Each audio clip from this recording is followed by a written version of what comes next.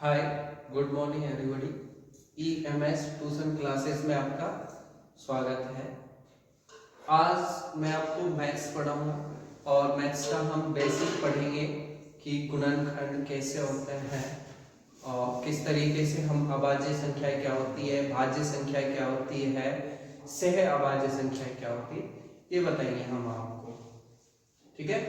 और इससे पहले आप इस चैनल को सब्सक्राइब करें और शेयर करें। तो अब हम पढ़ते हैं number, composite numbers. Composite numbers अभाज्य संख्या जिनका एक और स्वयं के अलावा स्वयं के अलावा कोई और गुणनखंड नहीं। ठीक है। या कहें एक और स्वयं के अलावा किसी और का भाग ना जाए, ऐसी संख्या क्या कहलाती है? कोई और गुणनखंड नहीं हो। या कहें एक और स्वयं के अलावा किसी और का भाग ना जाए, तो ऐसी संख्या क्या कहलाती है? Prime numbers. अब प्राइम नंबर्स में हम ये कह सकते हैं कि प्राइम नंबर्स के सिर्फ दो अभाज्य गुणनखंड होते हैं। प्राइम नंबर के अभाज्य संख्या के सिर्फ दो गुणनखंड होते हैं। ठीक है। अभाज्य संख्याओं के सिर्फ दो गुणनखंड होते हैं। इसके बाद हम लोग पढ़ते हैं भाज्य संख्याएं। अब अभाज्य संख्याएं कैसे ले सकते हैं? जैसे एग्जांपल हमने ले लिया कि एक अभाज्य संख्या, सबसे पहली अभाज्य संख्या होती है 2, उसके बाद 3, 5, 7, 11, 13, 17, इसी टाइप की सभी संख्याएं अभाज्य संख्या होती हैं। जो अभाज्य संख्या होती है वो सभी सिर्फ दो के अलावा, एक दो ऐसा है जो एक सम अभाज्य संख्या है। इसमें दो एक सम अभाज्य संख्या है, ये सिर्फ सम अभाज्य संख्या है 2। इसके अलावा सभी जो अभाज्य संख्याएं होंगी वो विषम संख्याएं होंगी। आप लोगों को अब विषम संख्याएं क्या होती है? विषम संख्याएं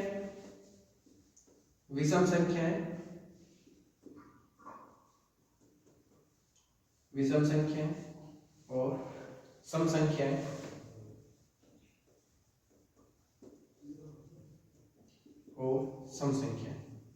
विषम संख्याओं को बोलते हैं ऑड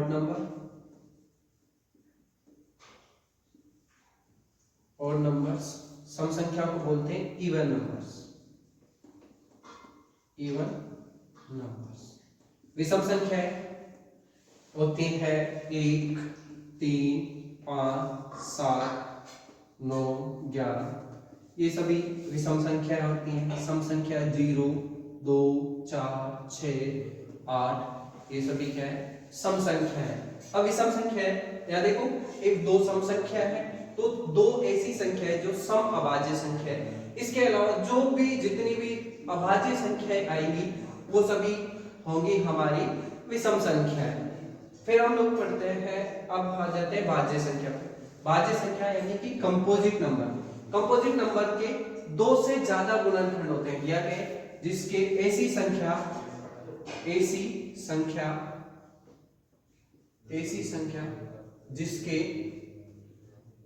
जिसके दो से अधिक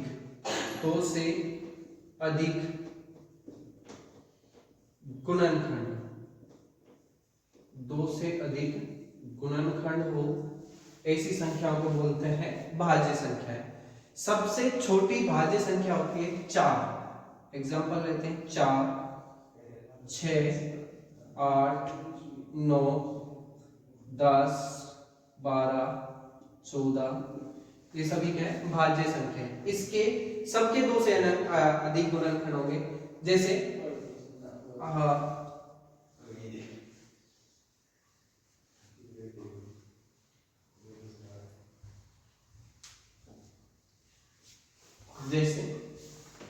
ये बता देता हूं।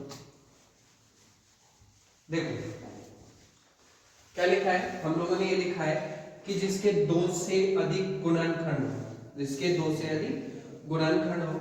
तो यहाँ से 4 के गुणनखंड लेते हैं। 4 के गुणनखंड क्या होंगे, 4 में 1 का भाग चला जाता है, 2 से भी डिवाइड होता है और 4 से भी।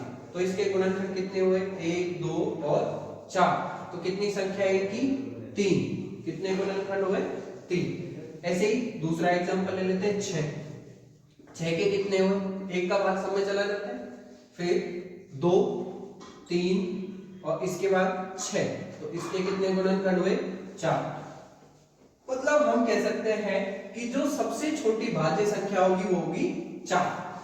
और ये भी है कि जितनी भी भाज्य संख्याएं होंगी वो सभी सम संख्याएं होंगी। भाज्य संख्याएं सम संख्याएं होंगी। और जैसे हमने कहा, और इनके 2 से अधिक गुणनखंड होंगे, 2 से अधिक होंगे। 2 भी गुणनखंड नहीं होंगे, क्योंकि 2 गुणनखंड तो सिर्फ अभाज्य संख्याओं के होते हैं, भाज्य संख्याओं के 2 से अधिक। ठीक है, तो जो सबसे छोटा हमने अभाज्य गुणनखंड लिया है, तो सबसे छोटी भाज्य संख्या है 4। 4 के गुणनखंड हुए 1 2 4। 4 के गुणनखंड है 3। फिर हमने 6 लिया, 6 के गुणनखंड है 1 2 3 और 6। इसके गुणनखंड हुए 4। तो ये भाज्य संख्या होती है और अभाज्य संख्या होती है। एक बार फिर से भी कि अभाज्य संख्या जिसका एक और स्वयं के अलावा कोई और गुणनखंड ना हो, ठीक है, ऐसी संख्या अभाज्य संख्या होती है। अभाज्य संख्याओं में 2 3 5 7 11 13 17 ये क्या है, सभी अभाज्य संख्या है। उसके बाद है भाज्य संख्याएं। भाज्य संख्याओं में ऐसी संख्याएं जिनके 2 से अधिक गुणनखंड हो, जैसे सबसे छोटी भाज्य संख्या 4 6 8 9 10 12, इन सब के गुणनखंड 2 से ज्यादा होंगे। 4 के लिए लिया, 4 का एक गुणनखंड 1 होता है, 2 होता है और 4। 6 का लिया तो 1 2 3 और 6, मतलब 6 में 2 1 का भी भाग चला जाता है, 2 का भी चला जाता है, 3 का भी और 6 का भी, इसलिए क्या है, 6 एक भाज्य संख्या है। अभी हम लोग ये देखते हैं अभाज्य संख्या है कि 2 एक ऐसी अभाज्य संख्या है जो सम है। 2 एक अकेली ऐसी संख्या है जो सम है। इसके अलावा जो भी अभाज्य संख्या होगी सभी क्या होंगी, विषम संख्याएं होंगी, सभी विषम संख्याएं होंगी। और हम लोग, हमारा एक डाउट और रहता है, हमारा डाउट ये रहता है कि सर जो एक होता है वो भाज्य संख्या है या अभाज्य संख्या है। ये सभी लोगों का एक कंफ्यूजन होता है कि एक भाज्य होगा या अभाज्य होगा। पर मैं आप लोगों को बता देता हूं कि एक ना तो भाज्य संख्या होता है ना ही अभाज्य संख्या होती है। आप एक को ना तो भाज्य संख्या में काउंट कर सकते हो ना ही अभाज्य संख्या में। वो एक न्यूट्रल नंबर होता है, उससे हमें कोई मतलब नहीं है, ना तो हम उसे भाज्य में काउंट करेंगे ना अभाज्य में। हाँ, पर हम ये जरूर कह सकते हैं कि एक विषम संख्या है, एक विषम संख्या तो है, पर एक अभाज्य संख्या भी नहीं है और भाज्य संख्या भी नहीं है। फिर हम इसके बाद हम लोग कुछ बेसिक और पढ़ाए, जैसे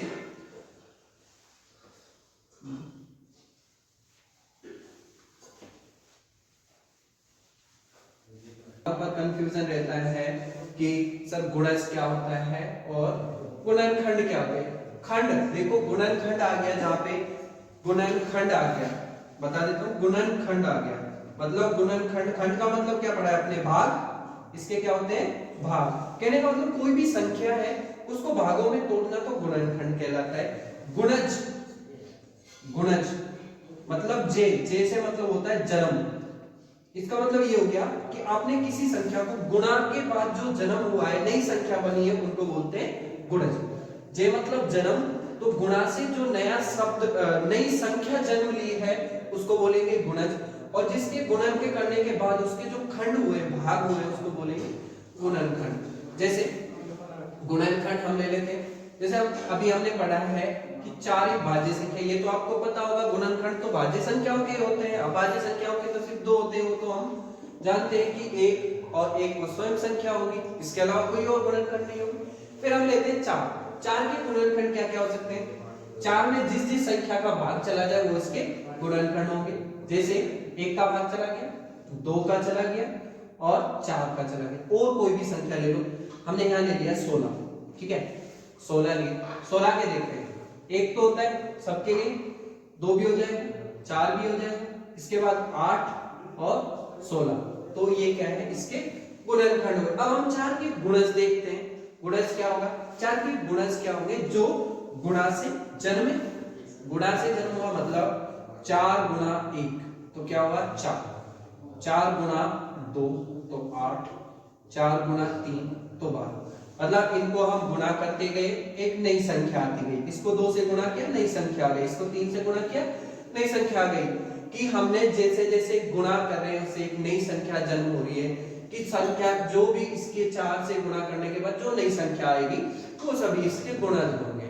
सभी क्या होंगे, उसके गुणज। अब एक और ये होता है कि जो गुणनखंड होते हैं निश्चित होते हैं। इनकी संख्या हम गणित की भाषा में पढ़ते हैं परिमित होते हैं। ठीक है, ये होते हैं परिमित। हम जो गणित की भाषा में इनको बोलते हैं परिमित। और जो ये गुणज होते हैं ये होते हैं अपरिमित। इनकी कोई सीमा नहीं होती कि आपने कितने गुणज हो सकते हैं। अब इसके लिए कोई भी संख्या से गुणा करो 4 को तो वो 4 का गुणज ही तो आएगा। हाँ, ये परिमित होता है। इसके लिए हमें पता है कि 4 के लिए सिर्फ 3 गुणनखंड हो सकते हैं। 3 के 1, 2 और 4। 16 के गुणनखंड होंगे 1, 2, 4, 8 और 16। इसके अलावा कोई और इसका गुणनखंड नहीं होगा। ठीक है, गुणज होते हैं अपरिमित और गुणनखंड क्या होते हैं, परिमित। फिर हम लोगों ने और भी पढ़ा है। इससे आगे हम लोग पढ़ते आते हैं कि सर हमने तो गुणनखंड करने का तरीका ये सीखा है कि ऐसे इसके गुणनखंड होते हैं। ठीक है, वो ये गुणनखंड होते हैं। फिर उसके लिए भी हमारे पास रूल होते हैं। सबसे पहले हम गुणनखंड करने से पहले सीखते हैं विभाज्यता के नियम।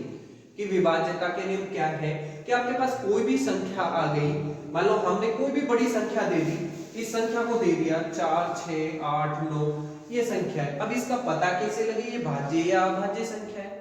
ऐसा तो नहीं कह सकते कि ये भाज्य या अभाज्य, हम बिना कहे तो कुछ कह ही नहीं सकते। पर इसके लिए हम उससे पहले पढ़ते हैं रूल, कुछ नियम होते हैं, वो नियम पढ़ते हैं, फिर हम आपको गुणनखंड सिखाएंगे। तो कर दो से जन्म, नया शब्द जो जन्मेगा उसको बोलेंगे गुणज। जे मतलब हो गया जन्म, खंड मतलब हो गया भाग। जो गुणन के भाग होंगे उनको बोलेंगे गुणनखंड। और जो इसके नए शब्द जन्म लेंगे उसको बोलेंगे गुणज।